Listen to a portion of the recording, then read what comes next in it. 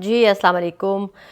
जी अस्सलाम वालेकुम। वही हुआ जो मैं कल आप लोगों को अपने व्लॉग में ख़बरदार कर चुकी हुई थी कि जो वज़ीर आज़म की और आज हमारे काज़ी फ़ाइज़ ईसा की मुलाकात होगी। जो 6 जजेस ने एक एप्लीकेशन दी है, जो लेटर लिखा है कि किस तरह से पाकिस्तान के अंदर जजेस को हरासा किया जाता है और फिर उनको ब्लैकमेल किया जाता है और अपनी मर्ज़ी के जो फ़ैसले लिए जाते हैं। मैंने आपको कल ही तमाम वो रिपोर्ट पहले से ही बता दी थी इस मुलाकात की, जो आज की होने वाली मुलाकात से पहले ही।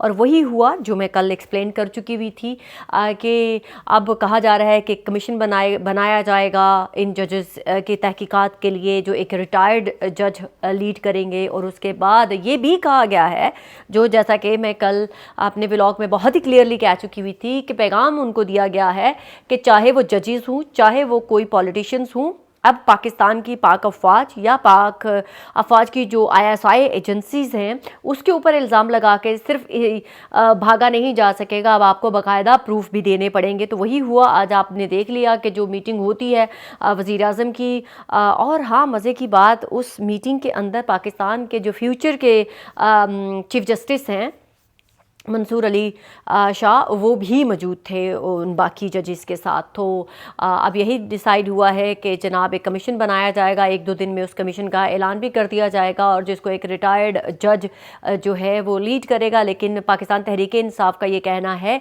कि हमें ये जो कमीशन है वो काबिल कबूल नहीं होगा, और वो उनका कहना है कि ये सोमोटो एक्शन लेना चाहिए था जस्टिस काजी फ़ाइज़ ईसा को, जो चीफ जस्टिस हैं। और उनके साथ साथ वो कह रहे हैं, उनकी ये भी डिमांड है कि लाइव हेयरिंग होनी चाहिए, जैसे चीफ जस्टिस काजी फ़ाइज़ ईसा अपने तमाम तर जो है हेयरिंग के अंदर कर रहे हैं।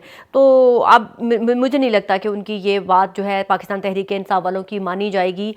हुकूमत का पूरा कोशिश यही होगी कि ये कमीशन बना के जो है इसको लिंगर ऑन किया जाए, लटका दिया जाए।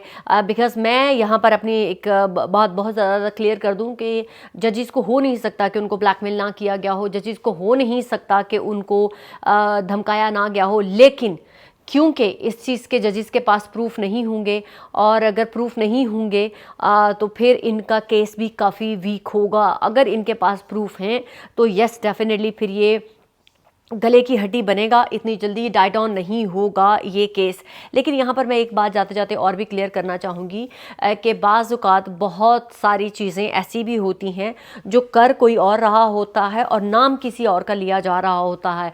यानी कि अगर मैं हूँ तो मैंने मास्क पहना हुआ है और मैं किसी और के इदारे को मैं शॉर्ट फॉर्म में आप लोगों को बता देती हूँ कि हो सकता है कि जो उस वक्त की हुकूमत हो, उनके किसी एजेंसीज जो हुकूमत के अंडर होती है, उन लोगों ने इन जजेस को ब्लैकमेल करने के लिए, मैनिपुलेट करने के लिए, हो सकता है पाक अफवाज का नाम लिया हो सकता है हमारे ISI का नाम लेके इन जजेस को ब्लैकमेल किया हो। तो लिहाजा अगर तो हमारे जजेस के पास कोई प्रूफ है, और अगर इनके पास कोई प्रूफ हुआ, तो फिर जो उस वक्त की हुकूमत थी, चाहे वो उस वक्त के वज़ीर आज़म शहबाज शरीफ थे या काकर साहब थे या कोई और थे, ये फिर बात जो है वो फैलेगी और बड़ी दूर तक जाएगी।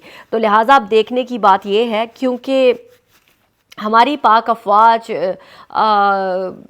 ने अगर किया हुआ है ब्लैकमेल या जो भी, तो वो जजेस के पास प्रूफ होने चाहिए। क्योंकि इस दफ़ा सिर्फ जजेस इस वजह से क्योंकि उन्होंने ये सामने आए हैं और उन्होंने हर चीज़ को सामने रखा है, वो ये काफ़ी नहीं होगा। हुकूमत काफ़ी ज़्यादा मड स्लगिंग भी करेगी, कीचड़ भी उछालेगी इन जजेस के ऊपर। कंपेन तो ऑलरेडी जारी हो चुकी हुई है इन जजेस के ख़िलाफ़, और कहा जा रहा है कि ये जजेस जो हैं वो PTI के प्रो हैं, और ये जजेस जानबूझ के पूरे पाकिस्तान को बदनाम करना चाह रहे हैं। अब ये भी कहा जा रहा है कि देखें, इंटरनेशनल दुनिया में भी इन 6 जजेस के लेटर की जो गूंज है, अमेरिका के अंदर भी जो है उनके सवालात हो रहे हैं, सहाफ़ी पूछ रहे हैं और वह जवाबात होते हैं। तो कह रहे हैं ये हुकूमत ने बयानिया बनाना शुरू कर दिया है कि ये प्रेशर टैक्टिक्स हैं और पाकिस्तान को बदनाम करने के लिए एक के बाद एक साजिश की जा रही है।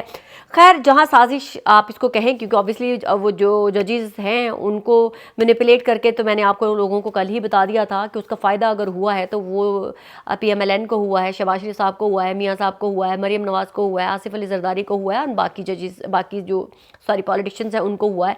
इसमें PTI को तो सिर्फ और सिर्फ नुकसान ही हुआ है। तो ये तो हो नहीं सकता होगा कि PTI के लिए जजेस को प्रेशराइज़ किया गया हो कि चलो इमरान खान को ये छोड़ दो, वो छोड़ दो, ये कर दो, उसके हक़ में फ़ैसला दे दो, क्योंकि इमरान खान और उसकी पॉलिटिकल पार्टी के हक़ में तो कोई फ़ैसला आया नहीं, सारे के सारे फ़ैसले उनके खिलाफ हुए।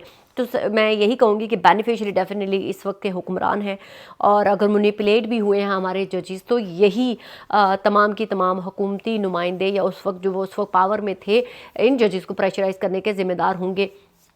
मैं ये नहीं कह रही कि हमारी एजेंसीज़ जो हैं वो बिल्कुल बेकसूर हैं, लेकिन इस केस में जब भी इस केस का फ़ैसला होगा, एंड आप मेरी बात को याद रखिएगा, इसमें 80% जो हैं वो सियासतदान और उनके ज़ेर असर जो एजेंसीज़ हैं उनका निकलेगा, और शायद 20% आपको हमारी पाक अफवाज या हमारी पाक अफवाज की कोई भी एजेंसी है वो इन्वॉल्व मिले। तो ये मैं इसलिए ऑन रिकॉर्ड रखना चाह रही हूँ कि जब कभी इस केस का फ़ैसला होगा तो आपको दूध का दूध और पानी का पानी नज़र आ जाएगा। अभी तक के लिए इतना ही। पाकिस्तान जिंदाबाद।